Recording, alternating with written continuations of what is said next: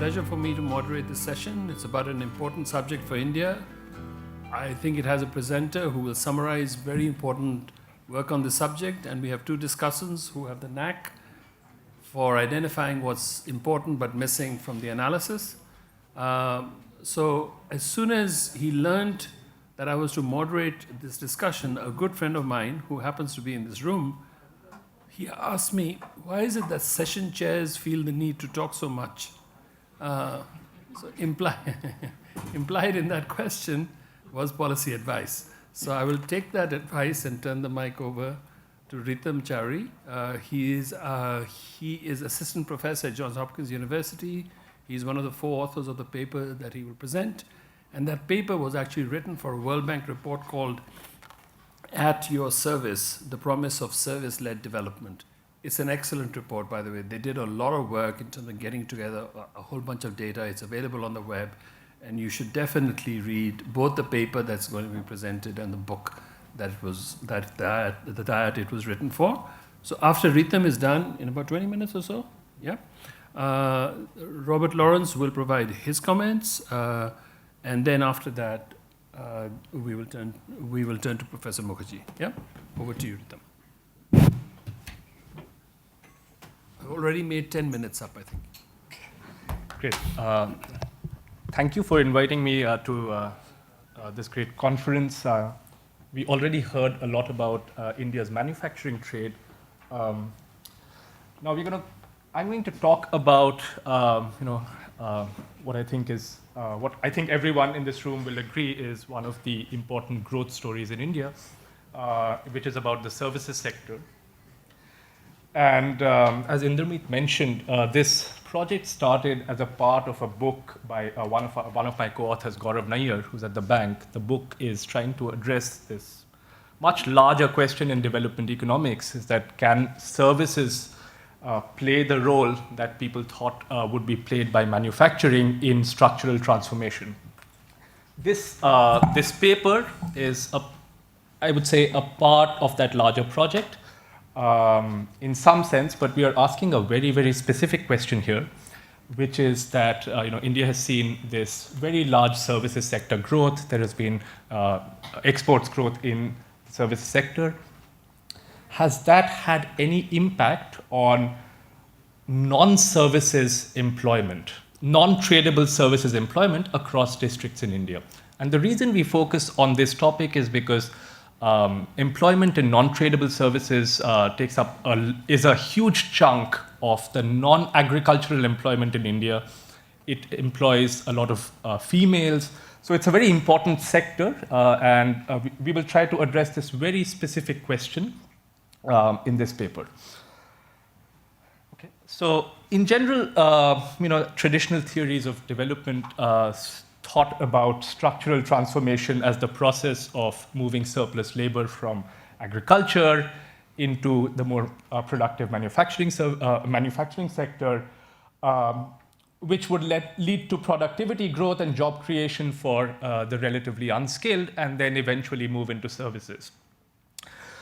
But as Danny Roderick has pointed out, since the 1980s, there has been this process or this observation called Premature De-Industrialization, where across a bunch of developing countries, the peak shares of manufacturing in both employment and value added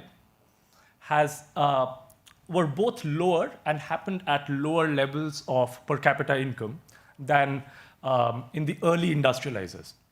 So there's this question: can manufacturing really play the role of moving people out of agriculture?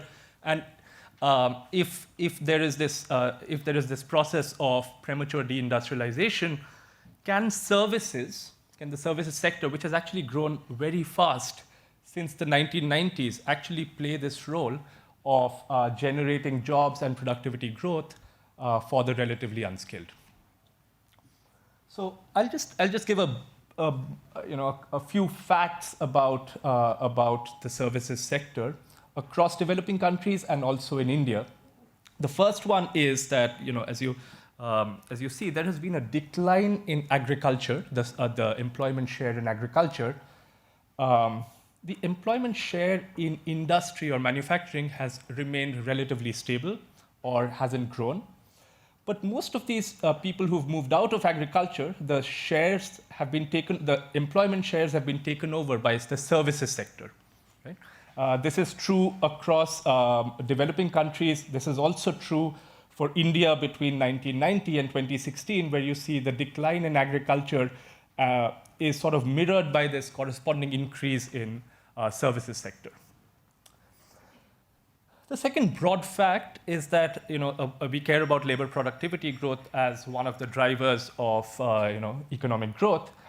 Labor productivity growth has actually been quite similar in the services sector as in the manufacturing sector. In fact, on the right, in India, the growth in value added per worker has actually been much larger in the services sector than the manufacturing sector. So both from overall labor productivity growth, the services sector has been playing a very, very large role in the last 2 or 3 decades. So maybe this is an important sector on which one may want to focus if we care about structural transformation. The third sort of broad motivating fact is that the share of people employed in non-tradable services, and I'm going to be more careful about the definition a little bit later. I'm going to distinguish between tradable services and non-tradable services. So the share of employment in non-tradable services actually goes up is very high in poorer countries relative to richer countries, and it's exactly the opposite for tradable services. The employment share in tradable services is higher in richer countries. This, of course, I didn't have to put it here, but everyone knows that services sector exports in India has been an outlier. This has been one of the success stories in India. So I just wanted to put it out there that India, which is sort of in the middle, is sort of an outlier in terms of the share of services exports and GDP per capita across countries.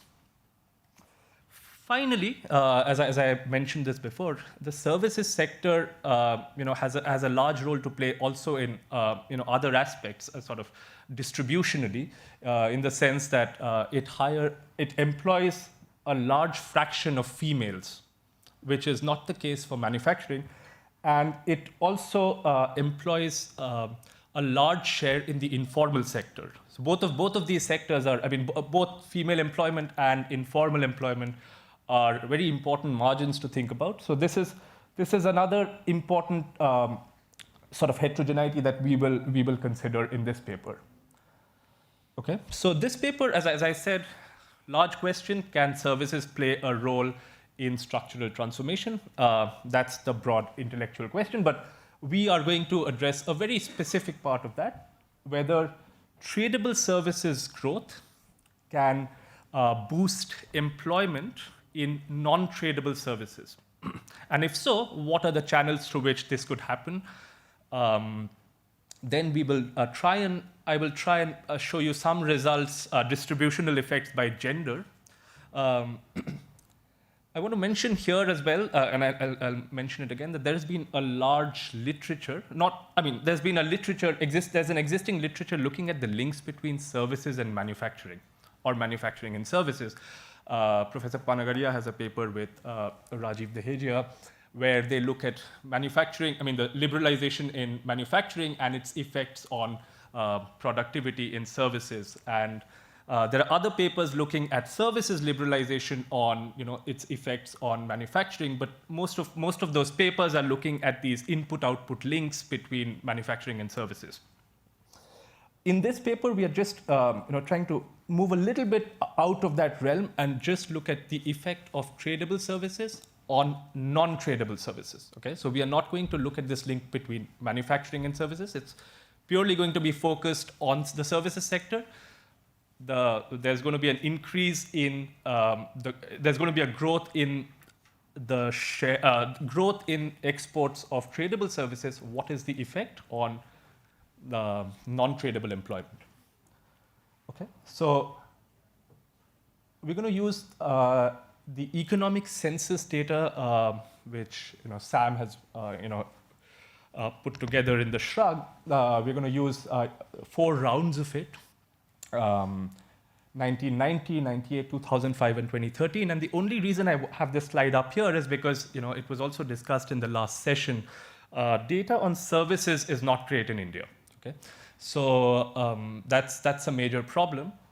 In fact, the economic census is sort of the only place where it's the only data set in which you can get fairly detailed data at the firm level, but only about employment across different sectors in India. So that's what we are going to use. It's not very easy to find any other data sets which have the services sector. Okay. All right. So I'm going to be slightly specific about what I mean by tradable and non-tradable services. So very clearly, I'm only going to focus on the services sector. The definition of tradability is going to be the ratio of domestic to international trade flows. Okay. Then, if a service sector service sector has the same is as tradable as manufacturing, it's going to be called a tradable sector. If it's less tradable than manufacturing, we are going to call it non-tradable. I'll show you the list, and then we can think through whether that makes sense or not. The other thing I want to say is that this sort of definition is used a lot. So this is a standard definition, but the list of service sectors which are tradable or non-tradable in our setting is specific to India, and it's specific to our time period. Okay, so we are using data until 2013. So there have been multiple changes after 2013. So that, but our definition is going to be restricted for India services sector until 2013. So that must be kept in mind. Yeah? So we are going to have 35 broad service sectors, 17 of which are going to be non-tradable. I'll just show you a list, and non-tradable services are going to be wholesale and retail trade, land transportation activities, accommodation and food service, courier service, education, health, personal service activities. So the other thing I want to mention is that the tradable services are what we expect. Stuff like IT services, advertising, air transport, stuff that at least IT services, etc. There's no debate on the fact that some of these tradable services have seen a large growth in the Indian setting. Okay, so the question is going to be very simple. The left-hand side, the tradable services, a lot of those sectors have seen exponential growth for India in this time period. How has that affected employment on the right-hand side, the non-tradable services across districts in India? Okay, and the other motivation is that if you look at the non-tradable services, it's also, if you look at the list, it's also sectors which are less skill intensive and higher, have a high share of female employment, higher than other sectors. So that's going to be an important component of this discussion for us. Okay. So just one or two things that I want to point out here. Non-tradable services are very important in India. As you see, from 98 to 2013, if you look at the increase, even in 98, 55% of non-agricultural employment in India was in non-tradable services. So it really employs a bulk of the people in India. And it's now, in 2013, that was up to around 65%. So 65% of non-agricultural employment actually happens in non-tradable services. Okay? It also has a relatively high share of female employment, up to 23%. That's what I'm going to mention here. Now let me talk a little bit about our what we do in this paper. So As I said, I'm just going to look at the effect on non-tradable services employment as tradable services grow. Okay? So that's a very simple relationship that we have. So as you see, these are our OLS results that between 98 and 2013, as tradable services have grown, the non-tradable services employment has also grown. Okay? There can be multiple things going on that may be driving this relationship. So can we make some sort of a causal claim? There may be multiple unobservables here which may be driving at the district level both the non-tradable employment and the tradable employment. So we do a very standard thing which is done in trade literature. We are going to use an instrumental variable regression where we are going to use the growth in tradable services using a shift share instrument. And essentially what we are going to do is look at the increase in world imports, excluding India, what has been the growth in world imports in these services over time, okay, in these services sector industries. And how does this affect districts in India? Different districts are going to have different shares of people who work in that sector or used to work in that sector in 1990, and that will generate how important the services sector growth has been for those districts.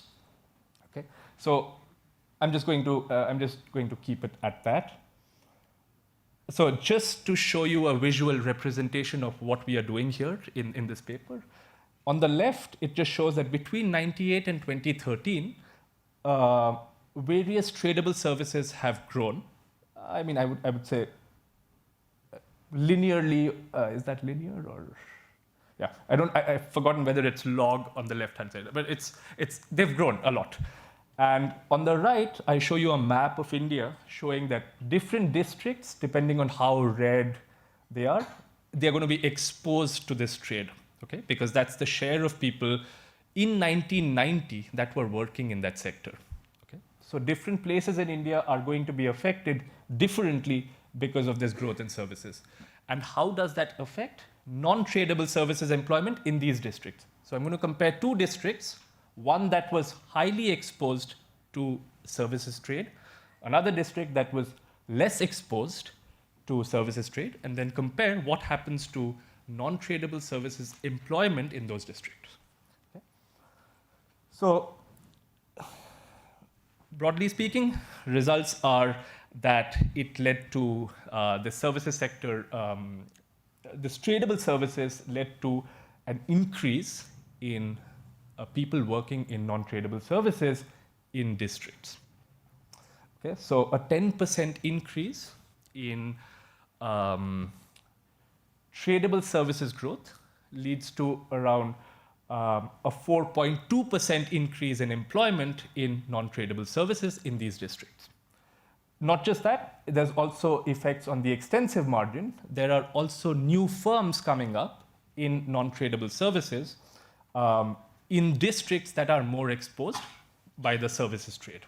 Okay? So both employment and number of firms increase because of this increase in services trade. Okay? Then we look at these sectoral linkages channel, and the reason we do this is because in previous literature which looked at links between services and manufacturing, an important component of that is that services and manufacturing, there can be spillovers between the two because there are input-output linkages between services and manufacturing. So that could happen also between tradable services and non-tradable services. It could be that tradable services grow, but non-tradable services supply inputs to these growing services, and that could be one channel, or vice versa. So what we do is that we use IO tables for India, input-output tables for India, and categorize these non-tradable services into 4 categories. Does that industry provide a high share of inputs to the tradable sector, or whether they get a high share of inputs from the tradable sectors, okay? Okay. I'm quickly going to mention here. So what we find here, we find very we don't find much evidence for the sectoral linkages channel. What we find is that most of the effects are concentrated in sectors that don't have very strong linkages with the tradable services. Okay, so then we move on to see, okay, if it's not the input-output linkages, could it be because of the demand channel? Could it be that people in these districts, because of these increase in services exports, people in these places are getting richer and consuming more, spending more on consumer services, etc. So by definition, consumer services have low linkages and are services that are locally demanded in the districts. So what we first do is divide our services sector into consumer services and non-consumer services, and we find that most of our effects are sort of concentrated in services that are demanded locally, okay, but not so much of an effect in non-consumer services. Finally, we also look at, are people spending more in these districts? So we are comparing people in districts that are more affected by services trade versus those that are less affected. And we find that people are actually spending more on services, as well as total consumption expenditure increases in districts that are more affected by services trade. So as I said earlier, the non-tradable services sector, employs a lot of females, and so we look at both female-owned firms as well as female employment in this sector, as well as we try to divide our results by firm size. Where are these effects showing up? Are they showing up in small firms or large firms? So our first result is that the effect of of this increase in services trade was mostly was stronger on female employment than male employment, and the number of female-owned firms increased as well in districts that were more affected by services trade. And if you see that the other thing we find is that most of these effects were concentrated in very, very small firms, which also makes sense because female ownership of firms went up, females ownership in the informal sector is high, they also tend to have smaller firm sizes, so that's all consistent. So we find that female employment goes up, female owned firms increase in these districts, as well as, but most of these effects are concentrated in very, very small firms. So I'm not going to speak about this again. I don't think I have too much time, so I'm going to just end by saying that this is a very, very large question in development. Can services sector take on the role of manufacturing in promoting structural transformation? Of course, this is a very, very, very, very particular question that we ask. We ask whether it has this increase in services trade has had an effect on non-tradable services, which employ a bulk of people and females in India, and we find positive results for that using a standard technique used in trade. We also find that the effects are concentrated in smaller firms, and I'm just going to there are many people in the audience who know much more about policy conclusions, but I'm just going to end it by saying there needs to be an increased focus on the services sector as a driver of structural transformation. And as Indermeet said, you can also look at the book that my co-author has written. It's about broad facts about the contribution of the services sector. It's a very good book and it's free. Okay, thank you guys.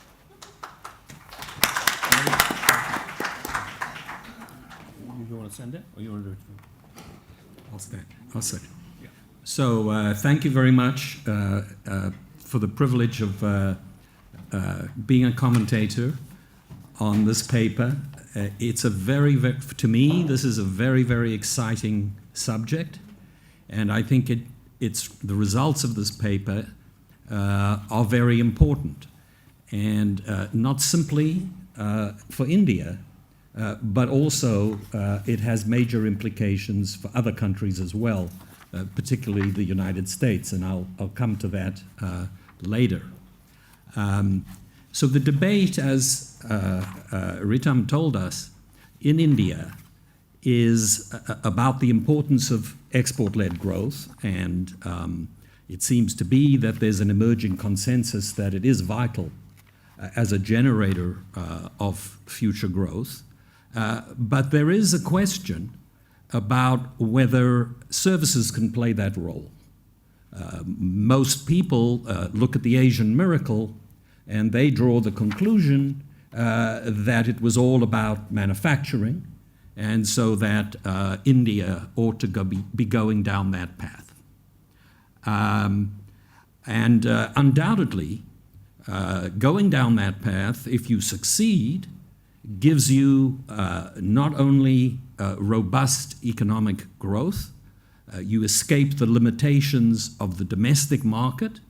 It allows you to also have more inclusive growth, because manufacturing is characterized by a demand for, although it's changing over time, it still is dominated by relatively less well-educated workers.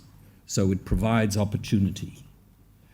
So the question now is, as was pointed out, there is evidence that it's increasingly difficult for developing countries to attain the same kind of shares of manufacturing employment as today's advanced economy countries were able to achieve. Can a services strategy serve as a substitute? And this paper actually offers us room for hope. It gives us evidence that tradables exports stimulate the demand for non-tradable services. Moreover, it also suggests, through an interesting indirect mechanism, that this demand, if you will, can be characterized by a greater inclusion, because the beneficiaries of the spillovers from these exports tend to be concentrated in female and actually, I'm sure if they look at the data, less educated and workers. So while services exports themselves are highly skill intensive and they don't look like the way to get inclusion, the spillover effects seem to be a much greater a way to enhance inclusion. And I think one big takeaway from this approach is a lesson that when thinking about structural change in general, we should not only focus on the sector we're concerned about, but we need to view that sector in a general equilibrium context. And this was one of the things I learned actually as I tried to think about manufacturing, where it turns out that what happens in agriculture and the spillover effects from greater productivity growth in agriculture are part of the reason why in their initial phases of growth you see the share of manufacturing employment grow robustly. In this paper, we're seeing that the spillovers are coming from exports of services into the non-service sector. There are numerous papers in this area, and you can actually, taking this insight seriously, there's a remarkable paper by Orter and Dawn in the American Economic Review in which they actually show that if you introduce robots into manufacturing and you displace unskilled workers in manufacturing, it is quite possible that you could raise the wages of unskilled workers. How could that occur? Well, in their model, what they show is that if you have the robots and you raise your income in manufacturing, the spillover effects create a demand for workers in services. And so the workers in the model who are displaced from the manufacturing sector find jobs in services actually at higher wages.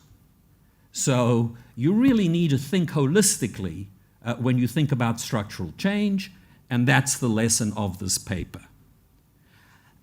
One of the byproducts of the fact that the instrumental variable chosen for this paper is that it also has major implications if we think of local economic strategies for development. Because what we're learning from the paper is that if you have skilled labor exports, you get more and more jobs for unskilled workers in the same district. Well, in the United States, what we've seen is a growing polarization of regional growth. And we have superstar cities, we have San Francisco, San Diego, actually Washington, D.C., who've been doing terrifically. And then we've got forsaken places where the manufacturing sector has declined, the growth has been very slow and stagnant, and by the way, this has also had major political ramifications as well.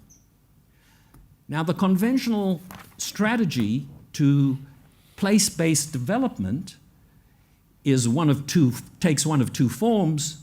You either say, well, forget about developing these depressed areas, let the people go and find good jobs somewhere else. Or you say, what we need to do is to attract more firms to come and set up and provide employment opportunities. Well, it turns out there could be a third strategy. And this particularly is becoming increasingly viable as a result of what's happened because of COVID. It's one of probably the only positive effect that you could think of that's come out as a result of COVID, and that is Zoom. We have now been able to work remotely. And if people can work remotely, and they're often skilled workers, they now have opportunities to no longer have to pay the exorbitant prices for houses, keep up with the terrible congestion of commuting to work, and can now move to outlying areas where they can afford much better houses and also save on commuting costs.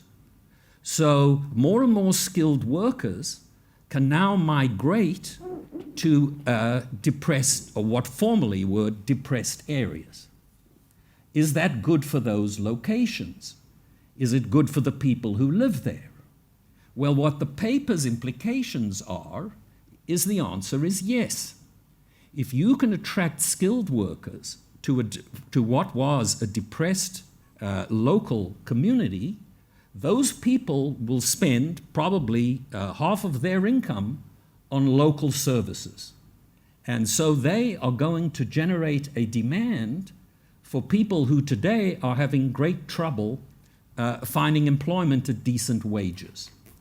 So we could be seeing the start of a regeneration, of a reversal of this polarization of regional growth as a consequence of the mechanism that this paper describes. So I think it's a very important finding. Now, we have to ask, are these findings credible? Should we believe them? And on the one hand, I think actually the paper could be understating some of the effects, because it only looks at the jobs that are created within the district. And in fact, since the mechanism that is discovered to operate works through demand, people could be purchasing non-tradables from other districts. So you could get actually a larger effect, so you're conservative. However, I actually have a problem with the paper's leading headline and finding, which is that a 10% increase in tradables leads to a 4.23% increase in non-tradables.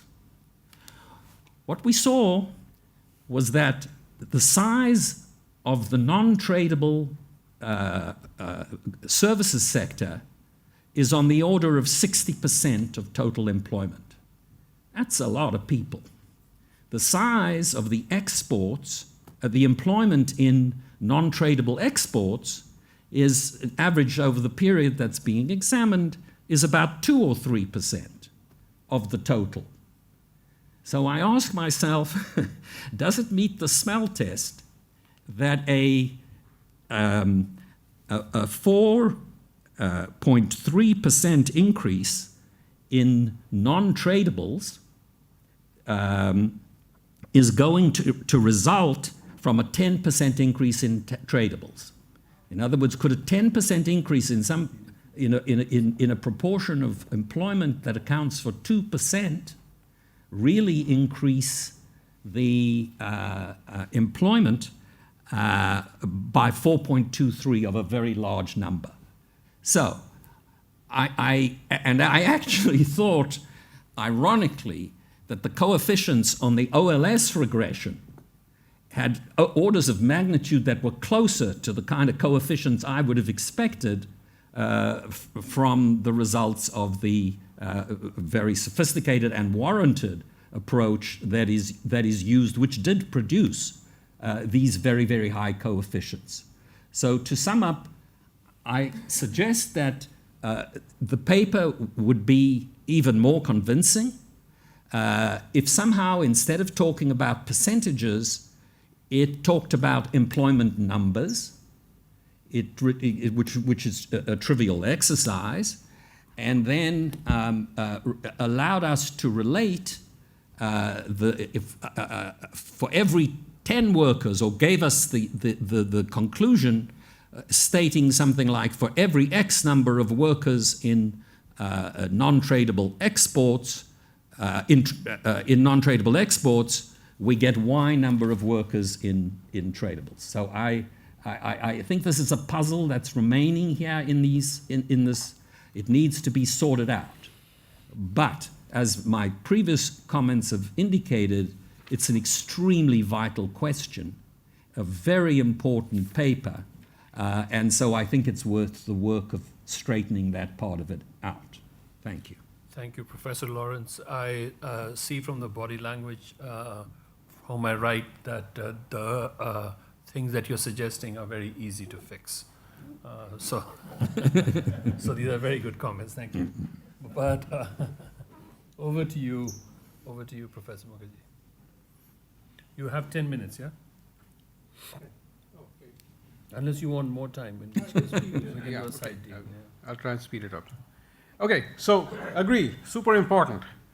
In fact, I'm reminded of one of the early IPFs, a paper of Bosworth, Collins, and Virmani. There's one fact from that paper that's stuck in my head, and it's been something I wonder about quite often, which is what? India's growth. Well, how do we understand this transformation in the early 2000s? Well, we know about the success of the IT sector. So maybe is that the story that explain this acceleration of the growth rate?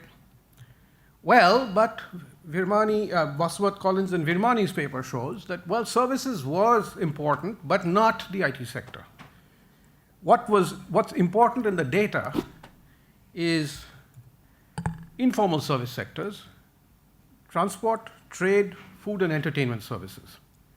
So what stuck in my head was, you have to think of dhabas, which are Indian food vendor stalls, lorries, which Indian highway trucks, and retail and wholesale trade. So markets, lorries, and dhabas. Okay. So could these have been driven by the backward and forward linkages from the IT sector? And I remember exchanging emails with Arvind. He was doing some subsequent work, and he was sending me his papers, and I was reading them, and I was saying, Arvind, this is the real question. And maybe, is it possible that one IT sector job creates 15 jobs in the informal sector, the service sector. Okay. And one way to go at it is these spillovers are likely to be more regional, more local. So look at data at the disaggregated level, state level, district level, possibly even lower. Now it's not easy, and I guess I never heard back from Arvind, so I don't know if he tried, but you to put together panel data at a disaggregated level, at let's say at least a 2-digit sector, spanning both pre and post 2000. And then you could implement a causal identification strategy. So I've been waiting for this paper for 15 years. Okay? All right, so I'm delighted. And of course, the broader policy question, Robert and Ritam have both explained why it's sort of super important. So basically, everybody's lamenting in low middle income countries, premature deindustrialization, and talks about how we can nevertheless still rely on the manufacturing sector. I've been skeptical and I've been wondering, well, maybe this is a hopeless pipe dream. Maybe we should rely instead on the fast-growing IT and the business service sector, where India already has global comparative advantage, provides scope for rapid learning and fast technological change. And this goes back to the early development economists, Hirschman, Rostow, Singer, etc. Is the tradable service sector now the new leading sector of the 21st century? But of course, the question everybody asks is not just growth, it's about whether it's going to create good jobs for the masses. So will this growth be inclusive enough? Okay, so these are the questions. Specifically now to translate into the research question, is there evidence of a causal impact of growth in the tradable service sector generated by shocks, overseas demand or technological shocks, which drive subsequent growth in the non-traded service sector in the same geographic area? And how much of the observed growth in the latter can this channel account for? So that's question number one. Question number two, what is the distributive impact? Assuming the answer to the above is yes, will it be inclusive? In other words, spread evenly across socioeconomic strata and gender. All right, now, my questions. First question about the data, the list of tradable and non-tradable service sectors. In that list, I was looking for the telecom sector, which was clearly important in India and many other countries, and it's not one of the sectors. So that's question one. In figure one, however, it does appear, and it seems to be a tradable sector. And so I'm not sure exactly what telecom, international trade in telecom is, but I'm sure it's there. I'm sure it's in the data. Okay. And then the classification of sectors between the table and the figure is different. And so it's not clear what exactly they're using in the analysis. So it would be helpful to understand which specific sectors within the tradable sector played the most important role. So again, just to understand what's driving, it helps to think of specific examples. So let's say IT in Bangalore. Okay, to what extent were non-tradable services growing faster around Bangalore? Similarly, it would be helpful to see which non-traded sectors grew the fastest. So which sectors are we looking at the impact of? Dhabas, lorries, and malls. Okay? And I guess effects are likely to be heterogeneous. So again, to fix ideas, it would be helpful to know which were the most important sectors within each group. Okay. Now, if I look at the map that they produced, and I look for Bangalore, it's not there. It's not particularly deep. Okay, the color is kind of light around where Bangalore is. If you look for Hyderabad, it's also, it looks a little bit redder, but it's not really there. So where is it really deep? West Orissa, East AP, Meghalaya. So I don't know what exactly is driving these patterns. So what am I to make of this? Okay. All right. Now, the next question is identification. So it's the Bartik instrument. And the main problem is that there is an alternative explanation, that there's something local. There's some infrastructure, policy, low corruption, something that's facilitating growth in both sectors at the same time. So how can we separate out those underlying factors that could be generating growth in both sectors?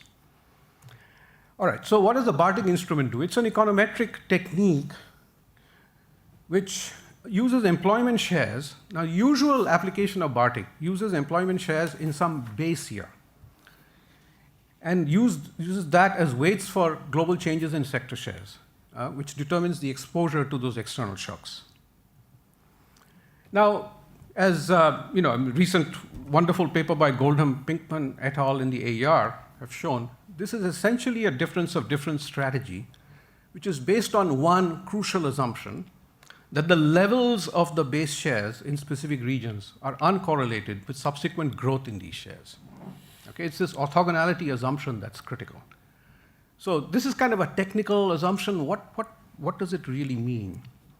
In other words, again, so let's translate back. Growth of IT and telecom in Bangalore until 1990 was driven by something else, let's say local policy infrastructure, defense R&D establishment in Bangalore, that played no subsequent role in the growth of that sector after 1998, apart from, that is conditioning on its role in increasing the exposure of Bangalore to the post-1998 global demand surge for the outsourcing of IT services.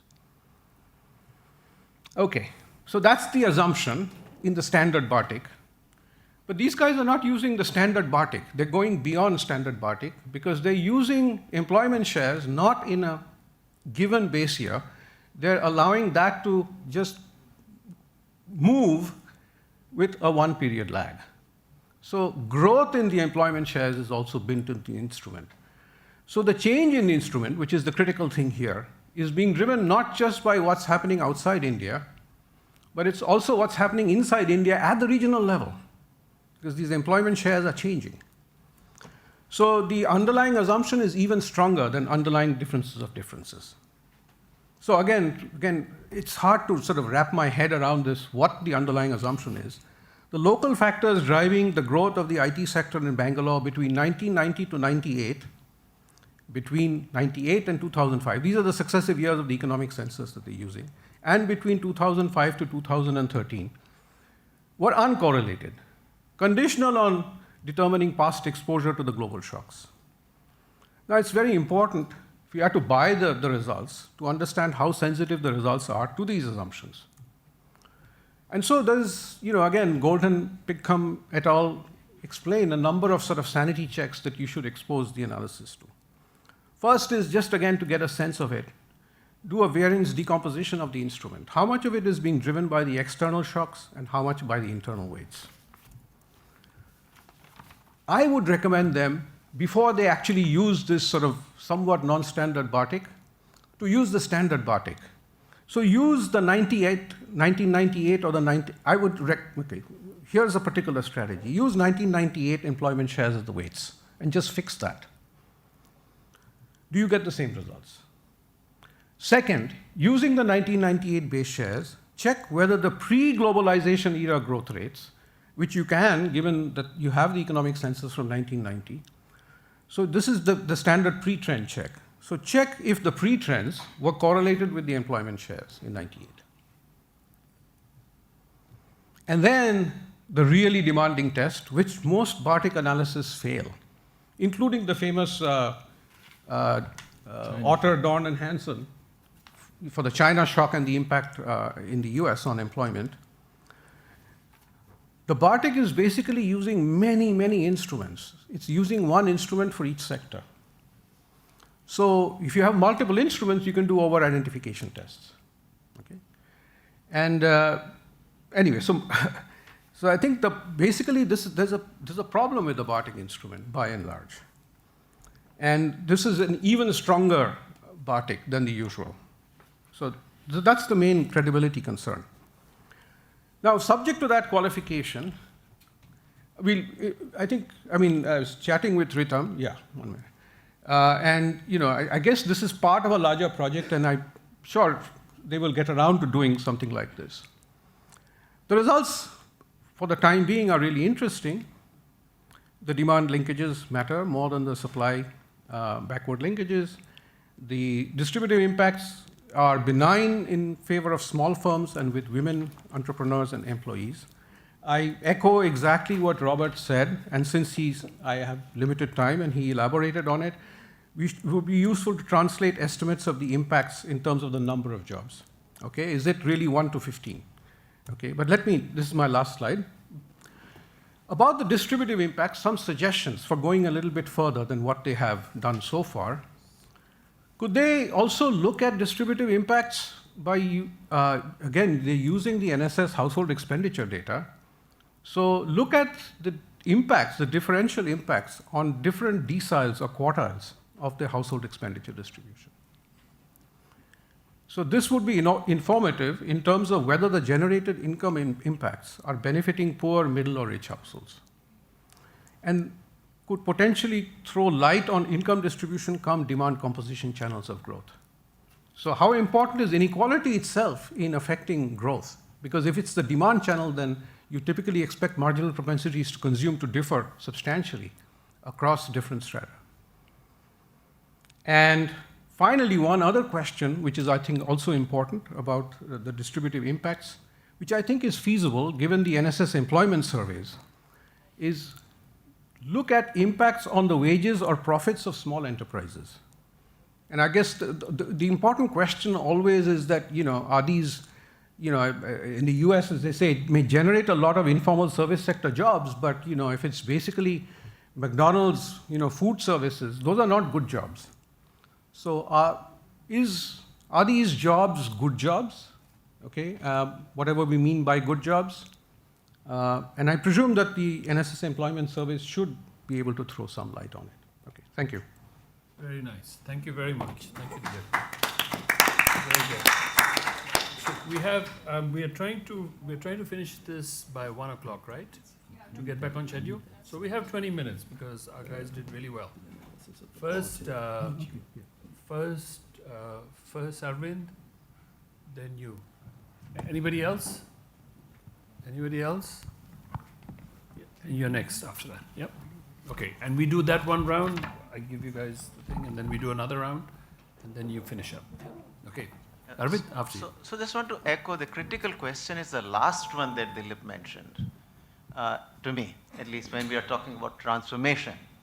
Because if you look at the unemployment rates themselves, and particularly till 11-12 surveys, it's 3% or less.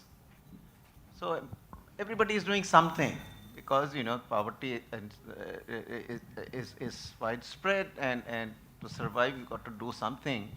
So everybody is employed. The real question is the nature of employment. Are we creating good jobs? And that I think is if you're really trying to capture transformation here in this, then that question really needs to be addressed. And I was really pleased to see that Dilip actually shows a way that, in fact, the NSS surveys have enough there that you could tackle that question. So actually, as a labor economist, Arvind, I find good jobs to be a very poorly defined concept.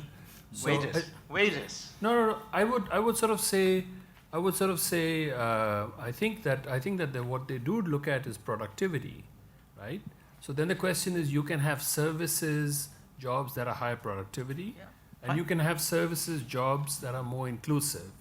And then I think what they get at is, it may well be because services is such a big sector that once you split it up, you find that some part of services is actually has higher productivity, and other parts of services are more inclusive. You could have that risk. And so what they then do is they try to sort of see what is the relationship between that one type of job, let's call that tradable, and the other types of job, let's call that non-tradable. If there is a complementarity between those two, you get both. I think that's the simplest way to actually see that thing. Yeah. Think about it. You like it. Yes. It's relevant to this point. Okay. Thanks. Yeah, sorry to jump in, guys, but I have some recent work on canals in India, which is a dramatic increase in agricultural productivity locally.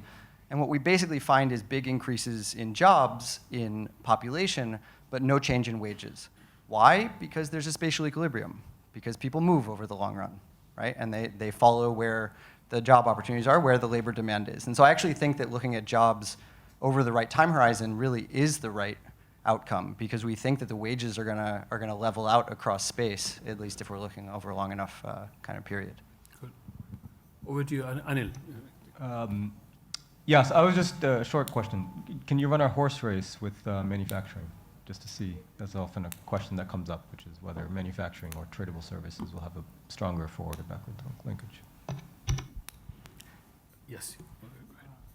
Yeah, so I think I'm going to ask Arvind's question in a different framing and then connect it to what Sam said. So you framed this as like the services sector has greater employment of females, but you can also frame it as income inequality. So that's exactly what Arvind was talking about, and you know, getting a measure of what that inequality looks like. So the problem is the early data. It's going to be a little bit harder to do this, but you know, when I think about CPHS, which is not where the shocks are occurring, so 2015 to 2020, you know, that's where I'd like to see this, because you can characterize families by their income, and then say, okay, we're you know, in those data we do see that the rich tend to work in the services sector. I'm going to guess that it's going to be in the tradable services sector. But if you can characterize those households and then say, okay, where am I seeing the shock? How much is it contracting? And so that's a neat feature of this, is reframing it as a self-limiting effect on inequality, even if I expand the tradable services sector. But the other thing that I think Sam points out, and I wasn't thinking along the migration front, I was just thinking about the 15 to 1 point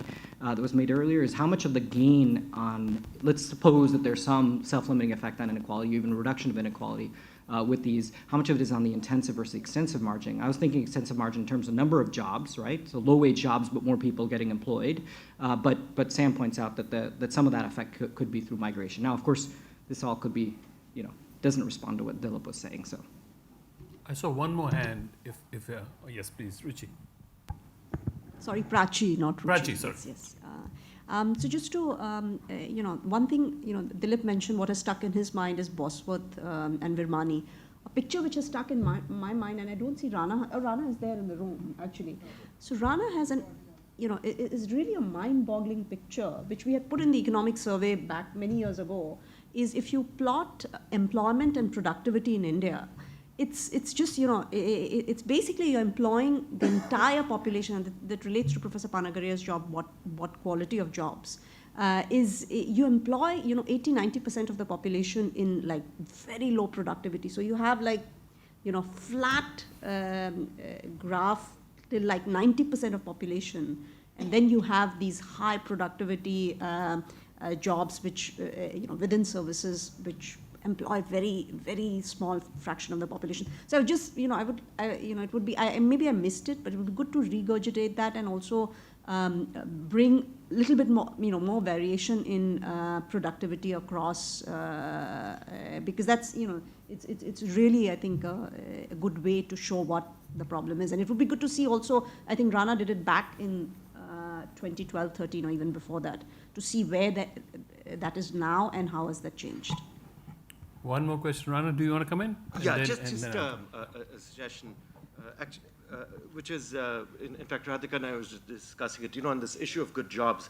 One way, and I don't know, Ritam, maybe you did it and I've missed it, is you could just look at the change in the firm size distribution. You know, if these non-tradable guys are going from 2-3 size establishments, 2-3 employee size establishments to, say, 10 plus, to me, that's a good indicator that something interesting is happening that is probably positively correlated to productivity.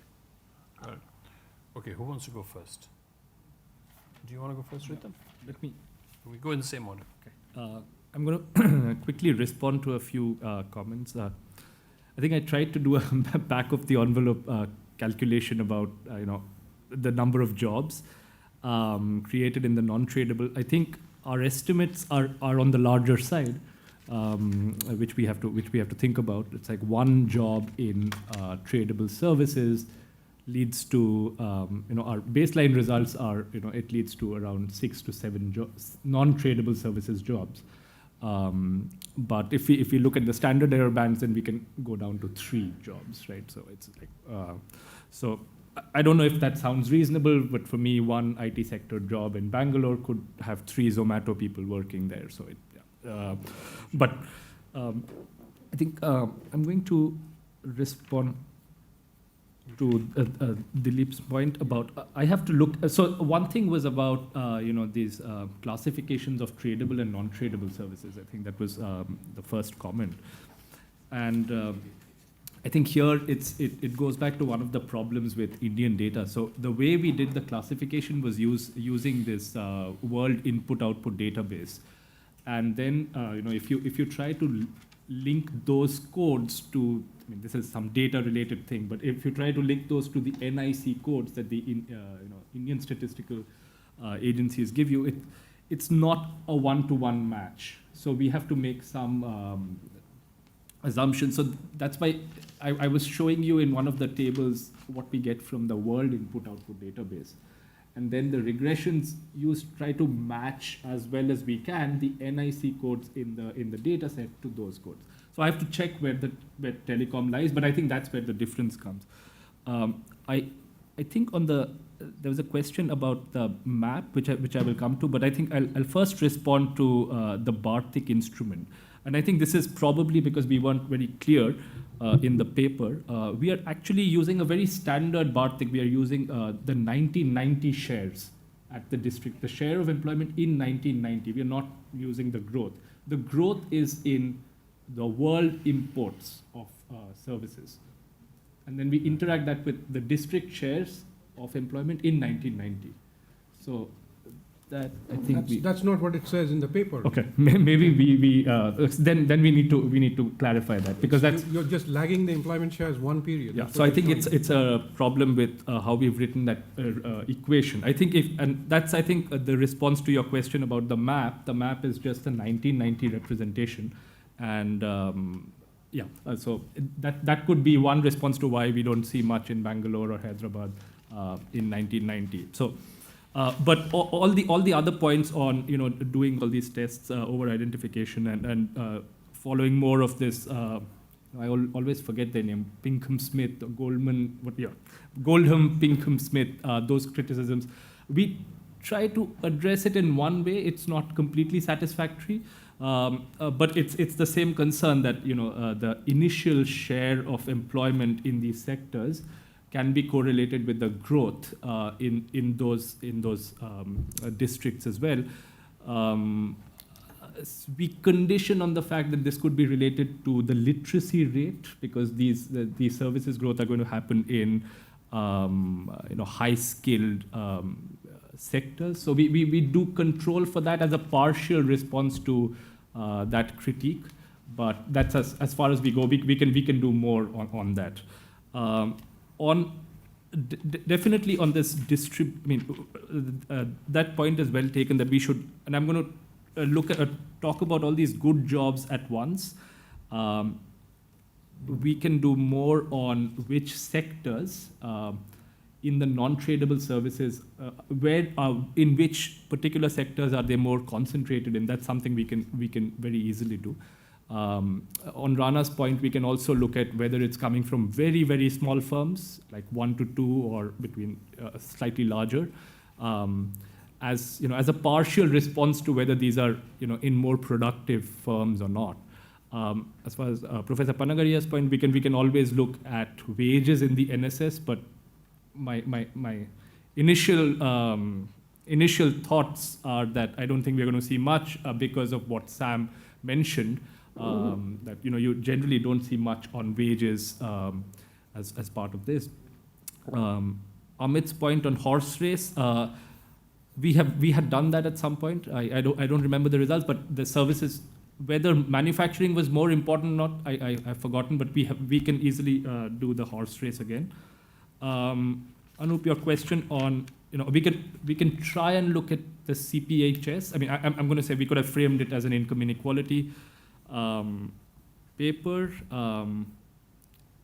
We were looking at until 2013 CPHS is expensive, but we can think about extending it to that. There was this one question that Robert had, which was about sort of using a different dimension of inclusion, which was spatial rather than social, and seeing whether or not the advent of new technologies can actually help you get that as well. Yeah, that is an interesting point. Yeah, regarding if high-skilled workers move to sort of low productivity areas, and whether that can. I have to think more carefully about how we can do that in our framework here. But yeah, thank His you. point is that it's the high end of services that you actually apply these technologies to, but you get the benefits for the low end services. Am I right? That's I think that goes back to, I think that was also a point that Professor Mukherjee mentioned, that we could also look at within the tradable services, what sectors are driving this growth? Is it IT or business services or something else? I think that would, I don't know, I think that would partially answer that question as well. Okay. Yeah. over to you. Well, just one quick question, actually. You all in this room are much more familiar, but I think it would help the paper if you actually gave the average incomes of people who work in the tradable services and the average income of people who work in the non-tradables, because the way I questioned this relationship because you had the number of jobs in both cases. But if it turned out that the people who worked in tradables were, all these were earning, $80,000 a year, just to name a number, and the people in the non-tradables were earning $2,000 a year, then this relationship wouldn't be that implausible because there's a lot of money being spent by the rich people. So I think having incomes reported for both sides and thinking it as you think it through, I think you should take that into account. For growth, you care about productivity too, right? So if you want to sort of take this thing called good jobs and you break it down into skills or wages, or, you actually get a much more meaningful and a rigorous way to sort of look at good jobs, right? Just going to say, for that I would have to go to what Anup suggested, the CPHS. 2013 we stopped, meaning of good jobs has also changed since 2013. So, Yep. So I guess we'll have to go to some newer data sets for that. I think that the point that Arvind was making is the sense that if you're, I guess because you're advocating a services-led development strategy, well, this whole thing about the quality of jobs and so on matters a lot, basically. Over to you then. Okay, so quick remark on 1990 weights. Let me suggest you also do it with 1998 weights, because then that enables you to check for the pre-trend differences. But of course, the pre-trend test is based on an assumption that the model is stationary. I'm not sure that's going to be a reasonable assumption in this context, because the world changed at that time. So I have, okay, so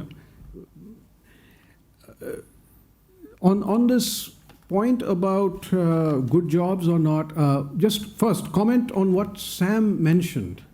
I think Arvind's point is not to look at impacts on wages, general equilibrium impacts on wages. Your argument is that it may not be there. All the changes will be in the number of jobs. Point taken, but I think Arvind's point is different. Even if the wages are stationary, we know that the labor market is highly segmented. So these are probably very low quality jobs. So what is just the level of wages at which these jobs are being created? That's the question. Okay, so that's still a valid and important question. Having said that, I think it's going to be very challenging to be able to estimate that, because we are really looking at small family-owned firms. We are looking at, the median non-tradable sector firm has what, 2.3 workers, which includes presumably the owner. Okay, and so this is the owner and the owner's family members, relatives, and whatnot. Okay, and try estimating, if you've ever tried to estimate productivity in these small firms. Okay, you'll need lots and lots of very good data. Stuff is extremely noisy. These are business enterprises, right? These are not wages. Okay, this is profits. So I don't think the data exists to answer this question. Okay. Value added is there. Value added per worker. I think that you could calculate. Value added for these small firms? Per worker. For these small firms? At least in Service sector? At least in these Economic census, no, you cannot estimate value added. All you have is just number of workers. You can estimate labor productivity, right? Not from the economic census. There is a survey that's done based using this as a sample frame.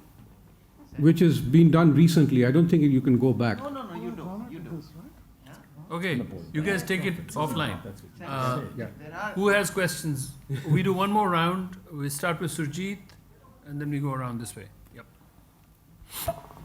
Yeah, I just want to endorse what both the commentators said, that what would be very useful is just putting in the numbers there. The shares, you have to spend half an hour thinking through the shares. Now, I want to just put some numbers on the table so that we can take this forward. First, about good jobs versus bad jobs, etc.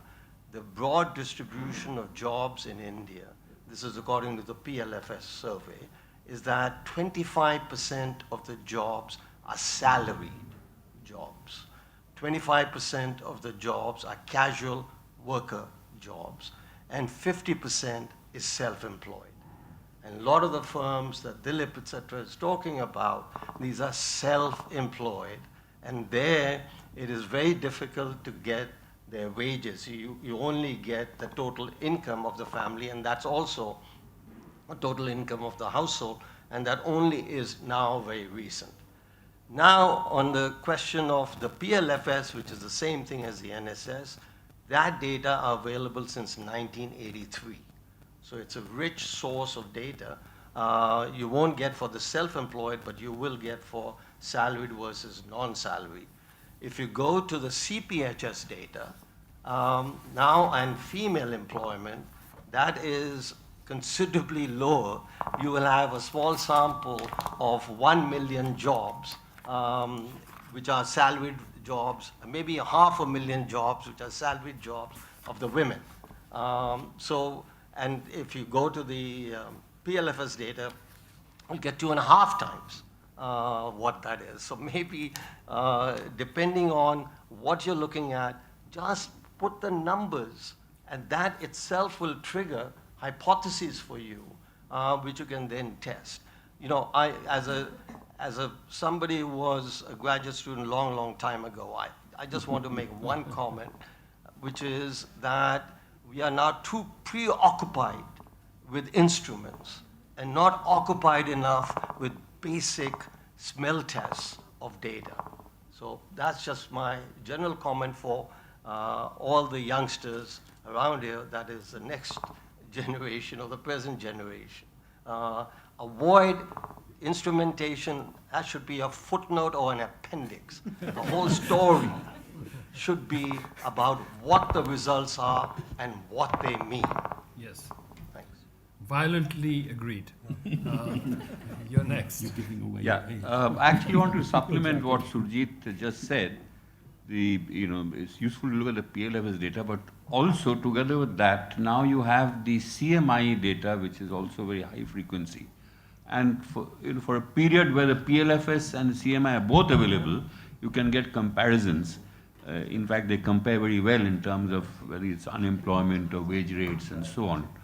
So you can get an answer to clearly, I think most of us would agree what's going on is that you've got these huge islands of very high $80,000 jobs growing, but there is this spreading mainly through the demand channel to very low paid jobs. But that you probably can capture using the PLFS and the CMI data. I was actually going to suggest that that's something we should ask Sam to do for us.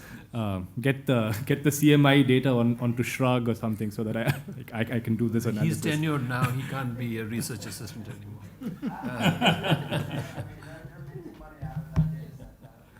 Okay. Thank you, Sudeep. Yeah. Who's next? Anybody else? Let me quickly comment that the one reason we didn't do that was it's incredibly expensive, that data set. So. Ruchi. Apart from the quality of the data. So just want to add to the smell test point. Actually, one serious point. I give my time to Dr. Bhalla. One serious point on the CMI data. No. We have used it, and the restrictions that they have you were talking about Zoom. If you are in one place and your co-author or you are in another places, you can't transmit the data. You know, this nobody knows. You can't transmit the data, so you have to send a coded file, which you have to download in 2 minutes. It can't stay on the website for very long. I mean, it is a nightmare using that data. We feel your pain, Sujit. Oh. Richie. I just wanted to just say one quick thing on the smell test. I really like the idea of doing the horse race with manufacturing. And the other thing is, these jobs must be coming from somewhere, migration. So somehow putting some bounds on this, even 1 to 3 seems very large. So how much of it is displacing other jobs and even putting some quantification, and the wage would be a big part of that. So just wanted to add to that story. Having some welfare relevant metrics. Yeah. Got it. Was anybody else? Last call? Otherwise, I turn back to the discussants first and then to the author.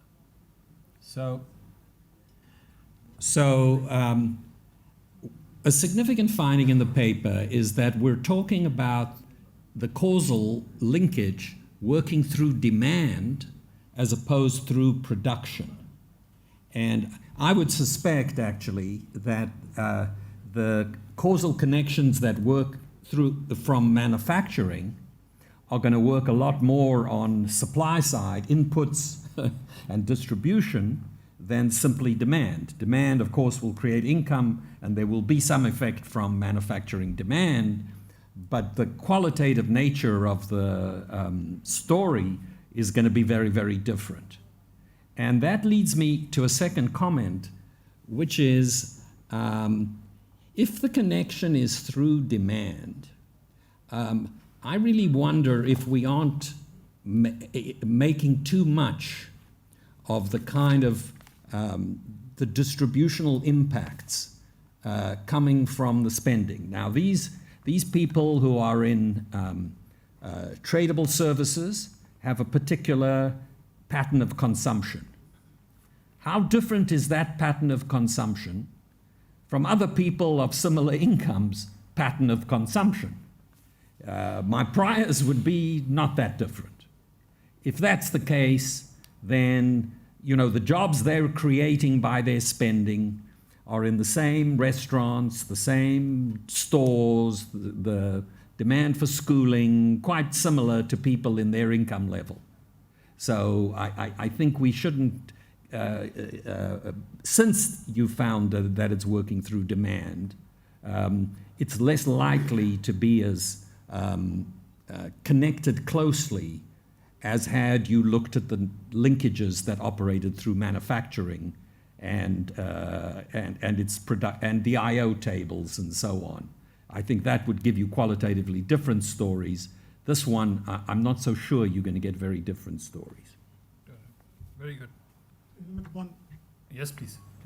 just a quick comment, question. I'm a little bit confused by the point made by Sam about spatial equalization of wages through labor mobility across space, for the following reason, that I understood most previous analyses in terms of looking at, which would do the analysis at a district level, that the underlying assumption is that there isn't enough mobility. And so you can think of these as kind of segmented labor markets. That's what allows you to proceed with the analysis in the way that you do, as many others have. And so how does that sit with the argument just made by Sam, I think, about equalization of wages through mobility across space? I think the short answer is it's the difference between firms and workers. Workers move, but firms don't move so easily. So the impact is primarily going through generating business demand for firms which are spatially close to where the shock is arising, and then workers sort of flow in. No, but my understanding was that the maintained assumption for a lot of previous papers, and perhaps this one as well, is that the workers do not move across these segmented labor markets. I think all they need is, workers can move, but I think the important thing is that firms are, there are spatial frictions, that's all. No, I mean, I'm happy to come in on this. I think that because we have to have lunch too. Fine. To you first, no? Okay. All right, you go next. No. Yes, please go ahead. Yeah. I think I'm just going to say that all of the smell test, we need to do a little bit more on that. That I agree. And Praveen, just one last comment on this. I don't think that's an assumption in these papers. I just think a lot of these previous papers looking at trade liberalization have found that that people were not migrating as much. But there are other papers that have found that there is migration. I mean, we know from the COVID situation that people do migrate in India. But I think I'm not sure if you're talking about Petya Topalova's paper. One of the reasons was that labor was not moving across districts. But I don't think that was an assumption in the model. Yeah. I mean, I think these Otto Don Hansen type papers, which use similar. Okay. The identification of these commuter zones as being separate from other zones this is an assumption, and then they use the fact of the lack of flow as a finding that supports that assumption, rather than the other way around. But we can take this offline. I think Sam really wants to come in on something. I can see it. Go ahead. No, I mean, I was just saying on migration. There are huge frictions to migration in India, and I think much more work is needed on this, and I'm hoping to start some of that pretty soon. But we do know that there's actually quite a lot of migration. And so women are more likely to migrate, but even men, 15% of men migrate for work over the course of their lifetime, which, especially when you have concentrated growth, can kind of be even much larger than that and be enough to kind of equalize wages across space. But a lot of it depends on the time horizon, because we think that a lot of these things are sticky. And so it's very likely that in the short run, there's not going to be too much migration. Wages are going to shoot up when you have an increase in demand. But then over the long run, a bunch of labor is going to flow in. And then we have temporary migration, which can also be equalizing wages, and we think it's kind of much higher, but it's not going to show up in permanent residence. Okay, got it. So I'm going to try to summarize it. I'm supposed to summarize it in 2 or 3 minutes. I'll just take 1 minute and do it. I think that at least the way that I took away the messages was that, services have some very nice features. They can be high productivity, and by high productivity, I mean high productivity relative both to agriculture and to manufacturing. They can be more inclusive, and by that, I mean both in terms of they can be more female labor intensive, as well as spatially more inclusive too, compared to other higher productivity activities and so on. The third feature is that services can also be tradable, and the way that the paper does it, it defines tradability relative to manufacturing, which I find is a very nice way to do it, because we think of manufacturing, or we think of manufactured goods as completely tradable. And the idea then is that you actually end up getting, I guess, a finer distribution of the services. Because when we would normally think of tradable services as modern services, I guess essentially things that have to do with transport, tourism, technology, and that kind of a thing, while the way that you actually do it is much finer than that. You actually distinguish between land transportation and sea transportation and so on, which I think is very good. The issue then is that if you want services-led growth, because it can be more inclusive, it can be more productivity increasing and so on, you then want to sort of see if you then actually want to look at the complementarity between the different types of services, and that's a very nicely done exercise. And I think that you generally find that you have high degrees of complementarity between tradable and non-tradable services, which actually leads to a nice thing that even though the higher productivity part of services, which might actually be a smaller share of total employment, you actually, to the extent that you have policies that actually lead to growth in those services, it can have these spillover effects, which actually have these other nice features, like they're much more inclusive spatially and socially. And then from there, to actually get to policy, I think you need to sort of get into the issue about these linkages, whether they're backward or forward linkages, and you get into the consumption-related spillovers versus the supply-side spillovers, and you try to identify that. I think that you've got some very, very nice comments on it, but I think that they are a reflection of really good treatment about an important subject. Thank you very much.